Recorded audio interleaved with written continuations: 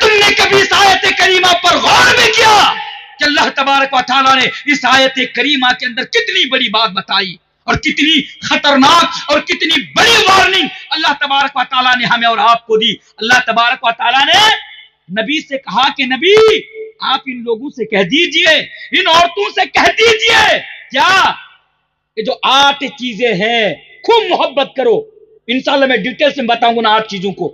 خوب محبت کرو, لیکن یاد رکھو احب الیکم من اللہ ورسولہ وجہاد فی سبیلہ. اگر ان 8 چیزوں سے زیادہ اگر تمہارے دل میں یعنی اللہ اور اللہ کے رسول کی محبت کے اوپر اگر ان 8 چیزوں میں سے کسی ایک چیز کی محبت بھی غالب آ جائے گی تو اللہ کہتا ہے تم لوگوں سے کہہ دو کہ تمہارے اوپر فتربصوا حتی یاتی اللہ بامری, اللہ تبارک و تعالیٰ کا عذاب آئے گا.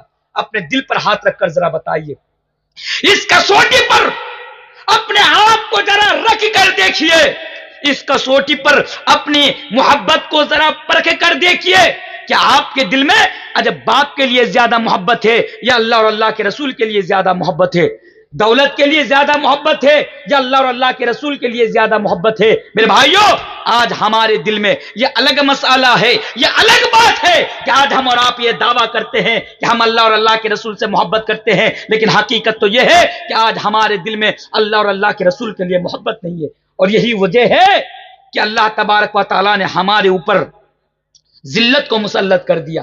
اللہ نے 1400 سال پہلے کہا تھا فتربصوا حتی یاتی اللہ بامری کہ تمہارے اوپر اللہ تبارک و تعالیٰ کا عذاب آئے گا. کہ آج اللہ تبارک و تعالیٰ کے عذاب ہمارے اوپر نہیں آ رہا. پوری دنیا کے حالات اٹھا کر آپ دیکھیے. اے مسلمانوں, کب تک غفلت کی چادر اوڑھ کر تم اپنے گھروں پر سوئے رہو گے؟ پوری دنیا کے حالات اٹھا کر دیکھو. آج امت مسلمہ کی جو حالات ہے, آج امت مسلمہ کی جو پرستیتی ہے پوری دنیا کے اندر, آپ اٹھا کر دیکھیے. آج مسلمانوں کا گھر توڑا جا رہا ہے, آج مسلمان چین و سکون کی زندگی نہیں جی پا رہا ہے, آج مسلمانوں کے گھروں میں برکت نہیں ہے, آج مسلمانوں کی گھروں میں رحمت نہیں ہے, آج مسلمان پوری دنیا کے اندر گاجر اور مولی کی طرح کاٹا جا رہا ہے, آج مسلمانوں کو سلاخوں کے اندر ڈالا جا رہا ہے, آج مسلمانوں کی مسجدیں مسمار کر دی جا رہی ہے, آج مسلمانوں کی مسجدوں کو مندروں میں تبدیل کر دیا جا رہا ہے. میرے بھائی, یہ اللہ کا عذاب نہیں تو کیا ہے؟ یہی تو اللہ کا عذاب ہے. صرف ہمارا پر رونا روتے ہیں, مولانا صاحب ہماری مسجد توڑ دی گئی, وہاں مندر بنا دیا گیا. لیکن کبھی آپ نے سوچا مولانا صاحب ہمارے اوپر ظالم بادشاہ آ گیا, لیکن آپ نے کبھی سوچا کہ یہ سب کیوں ہو رہا ہے؟ کیوں ہو رہا ہے یہ سب؟ میرے بھائی, یہ بھی اللہ کے عذاب ہی تو ہیں, اللہ کے عذاب ہیں. اور اللہ تبارک و تعالیٰ نے کہا تھا کہ جب تمہارے دلوں میں میرے اور میرے رسول سے زیادہ کسی اور چیز کی محبت غالب آ جائے گی تو تمہارے اوپر میرا عذاب آئے گا, تمہارے اوپر اللہ تبارک و تعالیٰ کا عذاب آئے گا. اس کسوٹی پر اپنے آپ کو رکھ کر ذرا دیکھیے کہ آج آپ کے دل میں محبت ہے یا نہیں ہے. اور ذرا صحابہ کرام کی زندگی آپ اٹھا کر پڑھیے کہ صحابہ کرام کس طرح اللہ اور اللہ کے رسول سے محبت کرتے تھے. آئیے ایک واقعہ میں آپ کے سامنے بتاتا ہوں, شاید کہ آپ کو بات اس سے سمجھ میں آ جائے. آپ نے عبداللہ بن ابی کا نام سنا ہوگا. عبداللہ بن ابی کون تھا معلوم ہے؟ کون تھا عبداللہ ابن ابی؟ عبداللہ ابن ابی منافقوں کا سردار تھا. دکھنے میں مسلمان تھا, لیکن مسلمانوں کی شکل میں وہ مسلمانوں کا بہت بڑا دشمن تھا. عبداللہ بن ابی ایک مرتبہ غزوہ احد کے موقع پر اللہ کے نبی جناب محمد رسول اللہ پڑھیے صلی اللہ علیہ وسلم کی شان میں گستاخی کی. عبداللہ ابن ابی نبی کو گالی دیتے ہوئے, نبی کی شان میں گستاخی کرتے ہوئے یہ کہتے ہیں کہ جب عزت والا مدینے کے اندر جائے گا تو ذلت والا کو مدینہ سے نکال دے گا. یعنی عبداللہ ابن ابی یہ کہتا ہے کہ میں جب مدینے کے اندر جاؤں گا تو میں نبی کو ذلیل کر کے مدینہ سے نکال دوں گا. میرے بھائیوں, عبداللہ ابن ابی نے نبی کی شان میں گستاخی کی. اس کا ایک بیٹا ہے, وہ صحابی رسول ہے, بیٹا ہے, بیٹا مسلمان ہے. بیٹا کا نام کیا؟ بیٹا کا نام عبداللہ. اور لوگوں ذرا دیکھو تو صحیح, عبداللہ ابن ابی نے جب نبی کو گالی دی, بیٹا کو پتا چلا کہ میرا باپ نے نبی کی شان میں گستاخی کی ہے. عبداللہ